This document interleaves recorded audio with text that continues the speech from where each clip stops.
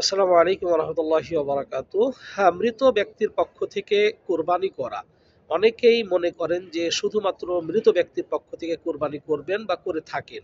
অনেকে এমন করেন যে নবী সাল্লাল্লাহু আলাইহি ওয়াসাল্লামের নামে কুরবানি দিয়ে থাকেন, অথবা মৃত বাবার নামে কুরবানি দিয়ে থাকেন, মৃত মায়ের নামে কুরবানি দিয়ে থাকেন। এই বিষয়টি শেখ ইবনে উসাইমিন রাহিমাহুল্লাহ বলছেন যে মৃত ব্যক্তির পক্ষ থেকে কুরবানি কয়েক ধরনের হতে পারে। একটি হচ্ছে জীবিতরাই কুরবানি করবেন, মৃতদেরকে নিয়তে শামিল করে নিবেন, অর্থাৎ জীবিত মৃত সবার পক্ষ থেকে।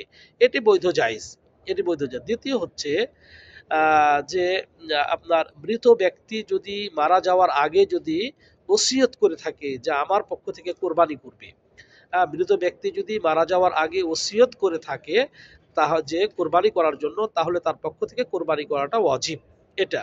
আর দুই নম্বর হচ্ছে কোনো কারণ নাই আপনি মৃত ব্যক্তির পক্ষ থেকে আলাদা কোরবানি করবেন, কোনো কারণ নাই, কারণ ছাড়াই আপনি আপনার মৃত বাবার পক্ষ থেকে, মৃত মায়ের পক্ষ থেকে আপনি কোরবানি করছেন।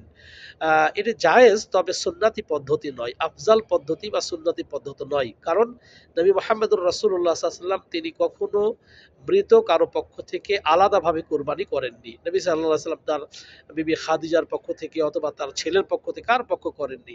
সাহাবায়ে কেরামও কখনো এমন করেননি, মৃত কারো পক্ষ থেকে আলাদাভাবে কোনো কোরবানি করেননি। সুতরাং আর আলাদাভাবে কোনো কারণ ছাড়া আলাদাভাবে মৃত ব্যক্তির পক্ষ থেকে কুরবানি করাটা হারাম নয়, জায়েজ, যেহেতু হারামের কোনো দলিল নাই। তো সুতরাং কিন্তু এটা আফজাল নয়, সুন্নতি পদ্ধতি নয়। সুতরাং আমরা প্রত্যেকেই নিজেরাই কুরবানি করব। কুরবানি করার সময় আমাদের জীবিত মৃত সবার পক্ষ থেকে আমরা নিয়ত করে নিব। আমরা আমাদের নিজ নিজ পরিবারের জীবিত মৃত সবার পক্ষ থেকে নিয়ত করলে আমাদের মৃত যারা মা বাবা রয়েছে আমাদের পরিবারের অন্তর্ভুক্ত, তারা ইনশাআল্লাহ সওয়াব পেয়ে যাবে।